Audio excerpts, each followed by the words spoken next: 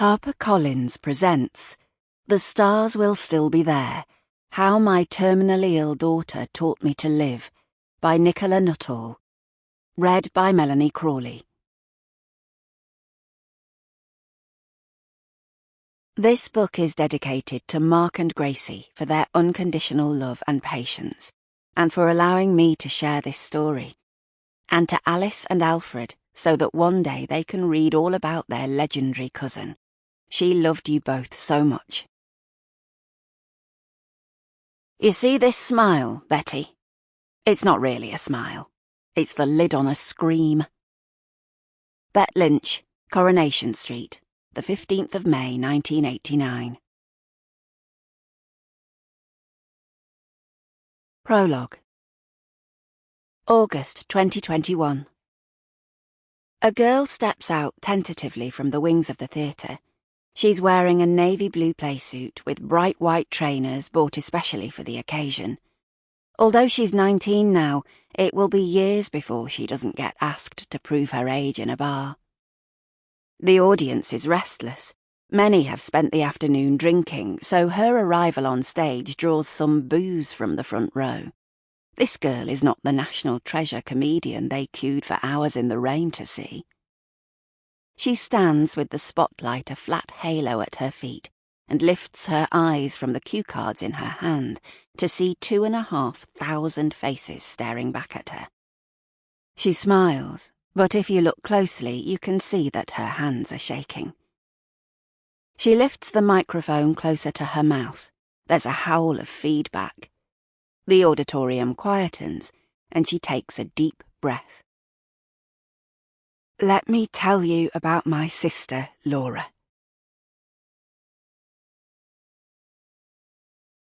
(2018) Plot twist. October.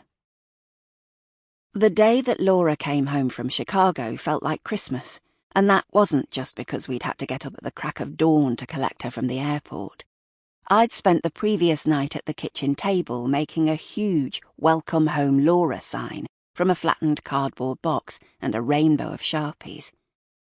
She'll not thank you for making a show of her with that, Mark had said, leaning against the counter as he waited for the kettle to boil.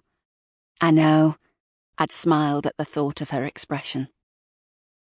The automatic doors opened and closed, releasing small clusters of dishevelled travellers into the arrivals hall. I scanned the features of each tired face until my eyes settled on the one I'd been waiting for. She was dragging a black suitcase behind her, a heavy rucksack on one shoulder, eyes slightly red from the overnight flight. Bloody knew you'd be standing there with a sign, she said, as she hugged us hello. And I knew you'd be secretly disappointed if I wasn't. She'd picked up a hint of an accent along with her tan, and seemed a different girl to the one we'd waved off 10 weeks ago, somehow taller and newly exotic. We took her for a celebratory breakfast of avocado on toast, and she told stories of her long working days cold-calling the residents of Illinois.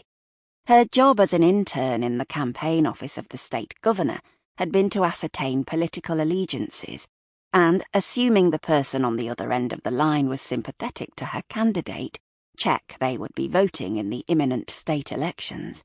She had loved every single minute of it. Once satisfied that we'd wiped our hands free of buttery toast crumbs, Laura passed her phone around the table, first to me, then her dad, Mark, and finally to her sister, Gracie.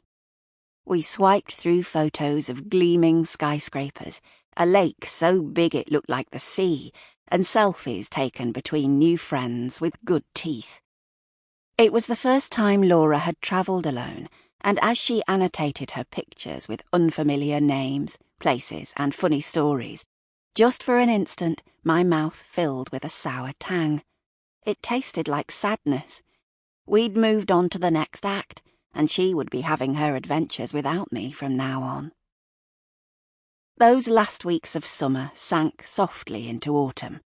We joined thousands of parents on the inevitable pre-university trip to IKEA, where we piled a wonky trolley with pillows, duvet, fairy lights and mugs, exchanged rueful looks. Sample complete. Ready to continue?